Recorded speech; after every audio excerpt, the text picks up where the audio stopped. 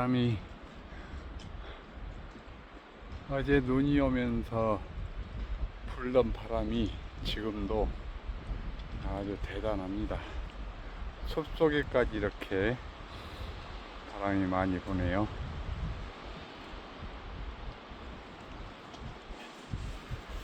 겨울철 맨발 걷기를 그렇게들 강조하시는 것 같아.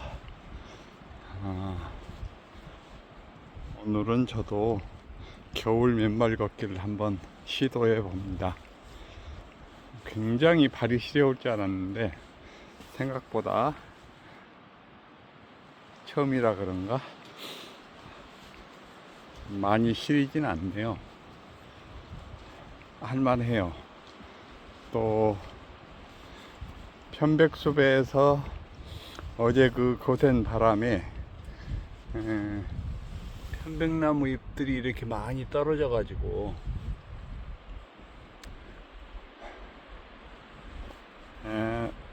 푹신푹신하기도 하고 그 찬 땅하고 직접 그 닿는 발하고 닿는 면적을 줄여줘서 그런지 많이 시리고 그러진 않습니다. 기분이 상쾌하고 좋네요. 이건 뭐 일부러 겨울 맨발 걷기 하시라고 내가 과장해서 하는 게 아니고 내가 예상했던 것보다는 훨씬 더 발이 시렵지 않다, 이건 확실하네요. 조금 지나면 이제 발이 시려워서 막 그럴 수도 있는데 지금 현재는 그렇지 않습니다.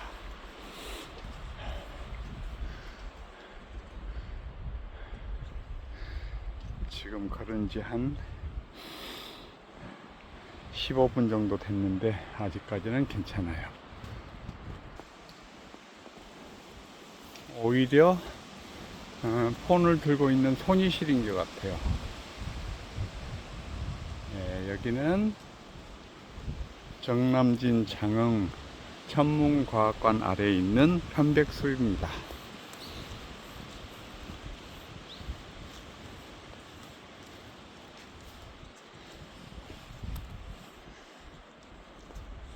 이게 몇 년부터 여기에 편백을 심었는지는 저도 자료를 찾아보지 않아서 잘 모르겠는데 수령으로 보면 한 4, 50년 정도는 된 것 같아요. 한 70년대 후반이나 80년대 초반에 심지 않았을까 이런 생각이 드네요. 적당한 크기의 편백나무들이 많이 있어서 참 보기 좋습니다. 나무가 걸러져서 그런지 바람 소리는 아주 세지만 그 바람도 매섭지 않고,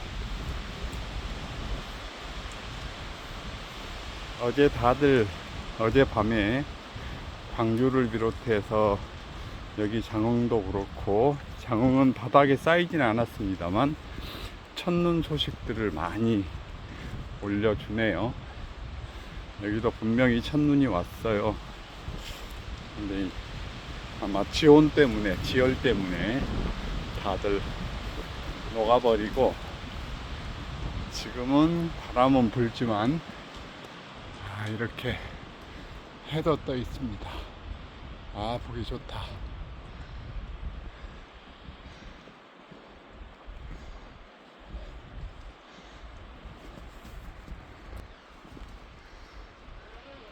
여러분, 사운드스케이프라는 말을 들어보셨나요?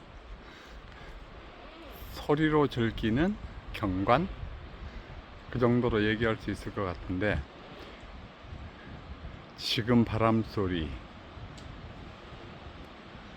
그다음에 바람에 의해서 나무가 휘청거리며 내는 소리 들리시죠?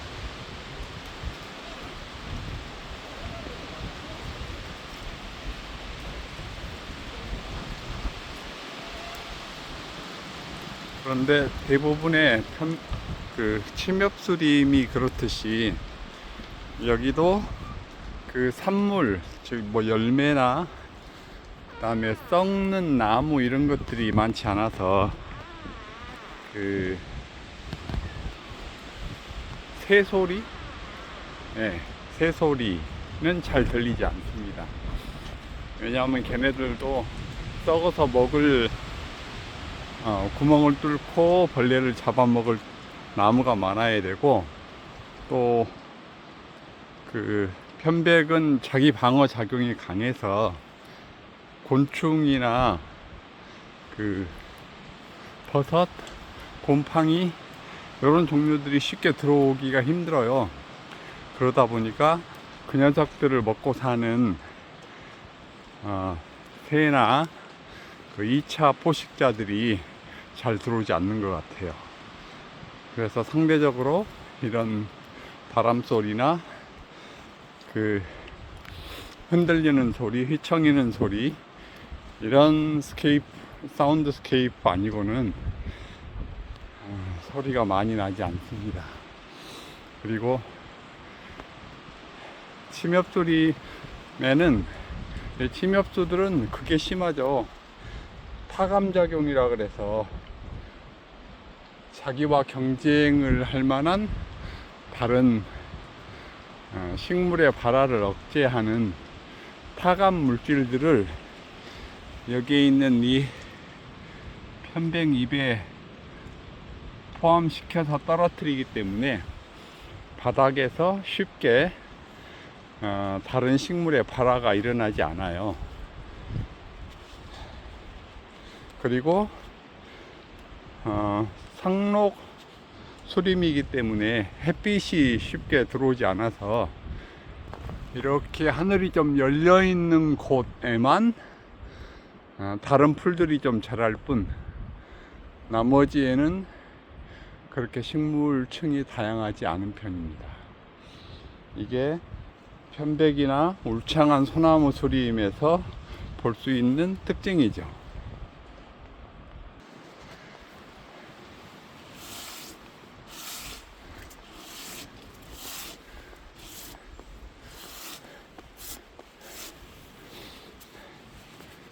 예, 여기는 편백산림욕장 이쯤 되겠네요.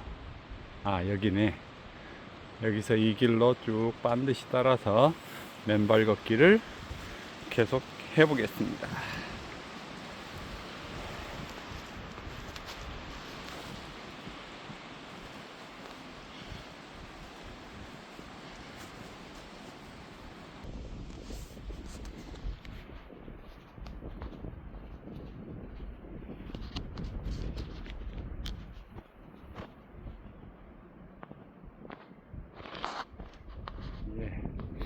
여기를 경계로 이쪽에는 편백나무 수림이 수명이 아니죠, 수령이 제법 있는 나무들이 많이 있는데요. 사이사이에 식재를 더 보충으로 한 곳이 있고요. 이쪽은 훨씬 더 작은 나무들이 많아요. 더 빽빽하고 전혀 감벌도 되어 있지 않고, 그러다 보니까 훨씬 더 어둡고요. 그래서 여름에 맨발 걷기 할 때 여기에 오면 발이 훨씬 더 시원해지는데, 겨울 맨발 걷기를 해보니까 여기 오니까 발바닥이 훨씬 차네요. 발이 좀 시려워지기 시작했어요. 이제 걷기 시작한 지 한 20분 정도 됐는데, 이게 조금 더 걸으면 발에서 열이 날지 아니면 계속 추워져서 무리하지 않고 끝내야 될지 결정을 해야 될 것 같아요. 아무튼 기본 한 30분은 걸어 봐야 되겠습니다.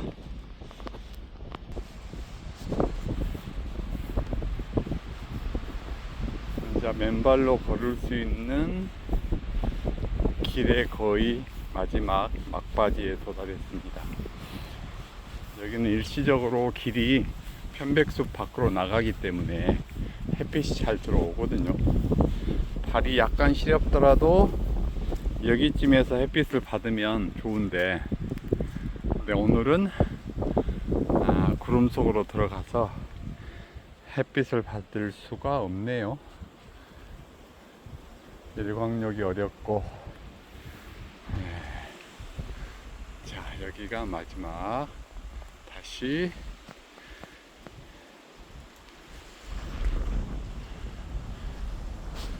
언저길로 가보도록 하겠습니다. 기후위기가 심각해지고 있다는 말은 매스컴을 통해서 많이 들어보셨을 텐데, 전에도 한번 말씀드렸지만 미래 세대를 위해서 우리가 이 지구를 빌려 쓰고 있으니까 조심해서 사용하다가 그대로 원형 보존 그대로 그 상태 지속 가능하게 후손들에게 물려줘야 된다. 그러니까 기후위기에 대응을 하자, 이렇게 얘기를 했었는데, 그 속도가 훨씬 빨라져서 지금은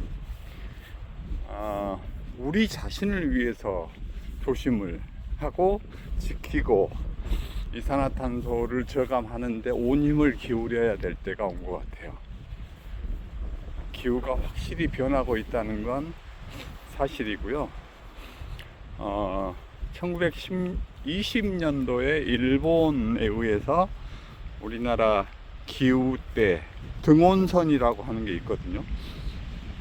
평균 기온이 같은 지점을 연결한 선, 그 등온선이 제주도였던 곳이 지금은 거의 광주까지 올라온 것 같아요. 제주도의 기온이 현재 평균 기온으로 보면 광주의 기온과 같다. 전남 광주요. 그래서 많이 따뜻해진 건 사실이고, 나무로 보더라도 우리 남부지방은 그 가시나무 종류, 그러니까 참가시, 개가시, 종가시, 이런 가시나무들이 남쪽의 아열대림, 그러니까 남부지방의 섬 정도에 머물러 있던, 자생하던 그런 수종들이 지금 어지간한 지역, 남쪽 지역에 가로수로 많이 식재가 되고 있어요. 그것도 참나무과인데, 그래서 식물들의 이동이 시작이 되었다고 볼 수가 있지만, 걔네들이 활착돼서 그 지역의 중심 나무가 될 때까지 걸리는 시간이 제법 길기 때문에 아무리 못해도 한 50년은 돼줘야 되잖아요. 근데 우리가 50년을 유지를 시켜주지 못하기 때문에 50년도 안 돼서 더 높은 곳으로 기온이 올라가 버리거든요. 그러다 보니까 나무들이 적응하지 못하고 이제 거의 죽어가는 거죠. 그래서 이산화탄소를 줄여야 된다 하는 것은 말만 할 게 아니고, 우리 후손이 아니라 우리 자신을 위해서라도 많이 우리가 필수적으로 지켜야 될 것이라고 생각을 하고요. 그러려면 에너지를 절약해서 쓰는 것이 우선 우리가 할 수 있는 가장 좋은 방법이고요. 이산화탄소를 줄이는 기술이나 포집해서 저장하는 기술, 포집해가지고 다른 우리에 필요한 시멘트 같은 물질을 만드는 그런 기술들은 공학자들한테, 과학자들한테 맡겨야 되는 것이고, 우리가 당장 할 일은 절약하는 거, 그 다음에 뭐라고 해야 되죠? 플라스틱을 좀 줄여서 사용하는 거, 그 다음에 나무를 좀 잘 가꾸는 거, 우리 가족의 나무를 한 그루라도 더 심어 보는 거, 이런 것들이 굉장히 중요하다고 봐야 될 것 같아요. 종가시나무, 남부지방에 많이 자라는 종가시나무의 경우에 탄소 포집 능력이 굉장히 좋다고 해요. 거의 소나무의 2배라고 하던데,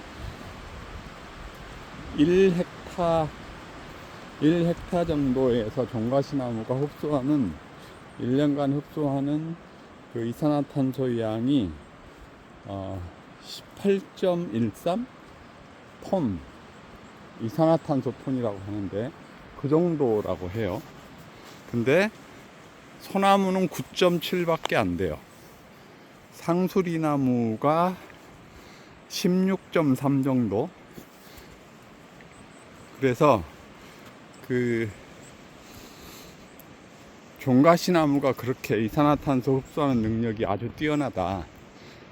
그래서 그 내공해성도 있고 목재로도 좋고 잘하면 그걸로 뭐 도토리도 만들 수 있는, 그러니까 묵을 만들어 먹을 수 있는 유실수종이기 때문에 좀 많이 심었으면 어떠나 이런 제안을 해봅니다.